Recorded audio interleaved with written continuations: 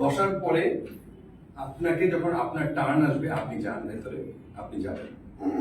এরকম একটা চেয়ার থাকবে, চেয়ারের এই অংশটা থাকবে, এই চেয়ারটা এইটুকু থাকে এবং চেয়ারটা মুভিং চেয়ার থাকে। আপনি বলুন এবার কালা ঘুটঘুটে অন্ধকার একটা রুম, স্টুডিও বেসিক্যালি এরকম না, কোনো মানুষ নাই, কিছু নাই, আপনি এরকম করে তাকাবে, তারপরে দেখবে সব লাইটটা একটা চেয়ারের দিকে পড়ে আছে। ওইটি হচ্ছে হট চেয়ার। হট চেয়ার মানে আসলেই হট। আপনি বসলে নার্ভাস হবেনি, আপনাকে যে পানি পড়া দেওয়া হোক, আপনাকে যে তেল পড়া দেওয়া হোক, ফু দেওয়া হোক, আপনি নার্ভাস হবেন, এটা গ্যারান্টি। ঠিক আছে, আর কিছু হোক না হোক আপনি নার্ভাস হবেন। এই চেয়ারটা আপনি এইভাবে বসবেন না, ওইভাবে বসার সুযোগও কম, কারণ এইটা আসলে পিছনে হেলান দিয়ে বসা যায় না। এই চেয়ারটা আপনি মাঝখান থেকে অর্ধেকে বসবেন। টেলিভিশনে আমরা যেটা করতে হয়, এই অর্ধেকে বসবেন, হাফ, হ্যাঁ, এই সামনের দিকে হাফ।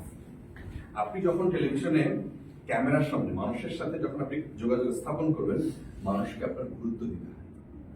আপনি সেই মানুষটাকেই পছন্দ করবেন যে আপনাকে গুরুত্ব দিচ্ছে। টেলিভিশনে যদি প্রেজেন্টার এরকম হয়, কি হচ্ছে বাংলাদেশে, এ কি হচ্ছে, এ কি দিচ্ছি আমরা, এই বাংলাদেশকে আমরা চেয়েছিলাম,